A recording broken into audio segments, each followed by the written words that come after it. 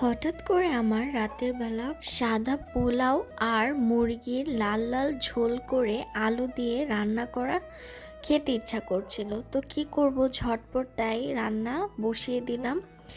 So hello everyone, আসসালামু আলাইকুম, welcome to my channel Mim's cooking baking diary.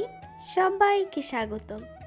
তো আমি একটা প্যানে সুন্দর মতো পেঁয়াজ, মরিচ, মালাই, আদা রসুন বাটা একসাথে দিয়ে সুন্দর করে প্রথমে ভাজা ভাজা করে নিয়েছি। এরপর আমি চালগুলো দিয়ে খুব সুন্দর করে ঝুরঝুর করে ভেজে নিয়েছি, যাতে করে একটা ঝনঝন আওয়াজ হয়।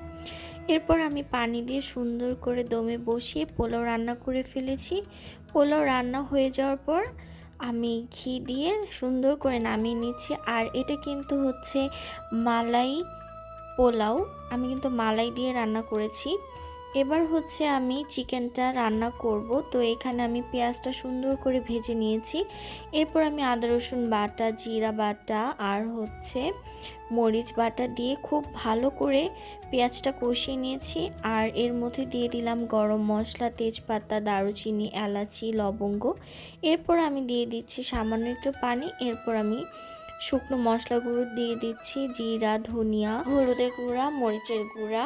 এরপর আমি খুব ভালো করে কষিয়ে নিব। এরপর সামান্য আরেকটু পানি দিয়ে আরও ভালো করে কষিয়ে নিচ্ছি। এরপর আমি সেই আলু আর চিকেনটা দিয়ে দিলাম। এরপর খুব ভালো করে কষাবো, আমি অনেকক্ষণ ধরে কষাবো, এতে করে সুন্দর একটা মজার চিকেন রান্না হবে। এইটার থেকে কিছুটা পানি এসেছে, আমি পরে পানিটা অ্যাড করেছি আরও কিছুটা। তারপর আমি সুন্দর করে দমে বসিয়ে দিলাম। এরপর হচ্ছে চিকেনটা আস্তে আস্তে হতে থাকলো, সিদ্ধ হলো, আলুগুলো হয়ে গেল। এই পোলাও আর এই চিকেন রান্নাটা কিন্তু খুবই মজা হয়েছিল। নামানোর আগে আমি ঘি দিয়ে দিয়েছি আর জিরা গুঁড়া দিয়ে দিয়েছি চিকেনের মধ্যে। ব্যাস তৈরি হয়ে গেল আমার ঝটপট রান্না। এরপর আমি খুব মজা করে রাতে ডিনারটা সেরে নিলাম। আর রান্নাটা মনে হচ্ছিল পুরো মাটির চুলায় রান্না করা, এত মজা হয়েছিল, আলহামদুলিল্লাহ, মাশাল্লাহ। সো এটাই আপনাদের সাথে একটা মিনি ব্লগ শেয়ার করলাম। আশা করি ভিডিওটি ভালো লাগবে। Thanks for watching.